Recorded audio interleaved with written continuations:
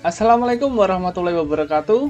Kembali lagi bersama saya Tri Cahyono dan hari ini kita akan membahas satu hal yang penting untuk dimiliki oleh semua ASN, yakni adalah etika publik.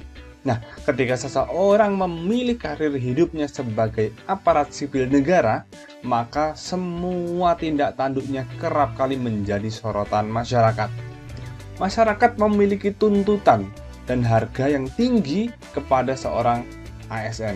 Nah, saking tingginya harapan itu, maka tidak heran kalau kadang-kadang perilakunya ASN sering menjadi sorotan, terutama perilaku yang kurang terpuji. Nah, salah satu contohnya adalah kasus yang berhubungan dengan kepentingan publik, misalnya korupsi, penyuapan, penyalahgunaan jabatan, dan perilaku yang lainnya. Bahkan tidak jarang sekali yang perilaku itu akhirnya mendapatkan sindiran, mendapatkan hinaan, mendapatkan cemoohan dan cacian. Nah, saking pentingnya itu, maka bagi ASN wajib dia paham tentang etika publik. Apa itu etika publik? Etika publik adalah refleksi tentang standar atau norma yang menentukan baik buruk, benar salah, dan tindakan-tindakan keputusan untuk mengarahkan kebijakan publik. Yang jelas itu diarahkan dalam rangka menjalankan tanggung jawabnya sebagai pelayan publik. Nah, di dalam etika publik itu ada berbagai nilai-nilai dasar ya, yang ada di dalam Undang-Undang ASN. Beberapa nilai dasar itu adalah sebagai berikut. Yang pertama adalah memegang teguh nilai-nilai ideologi Pancasila. Kemudian yang kedua, setia dan mempertahankan Undang-Undang Dasar 1945.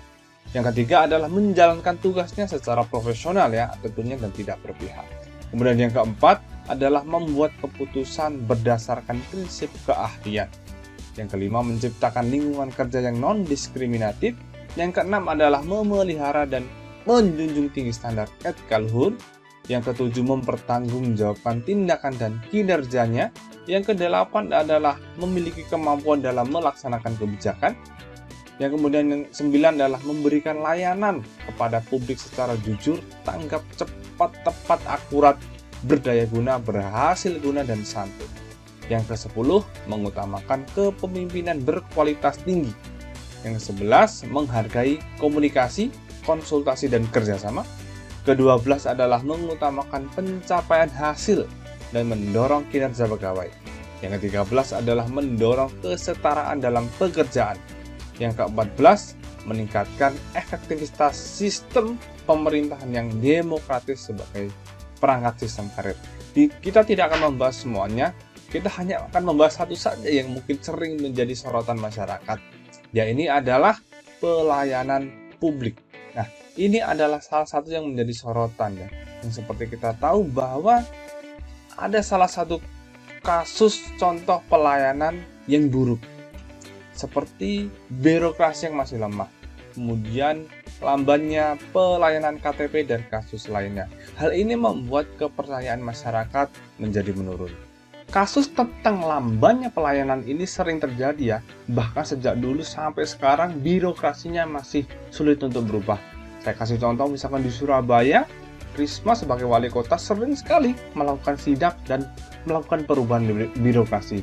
Kemudian di Jawa Tengah, Ganjar juga melakukan itu, di Bandung, Jakarta. Semuanya berusaha untuk memperbaiki birokrasi dan mempercepat pelayanan masyarakat.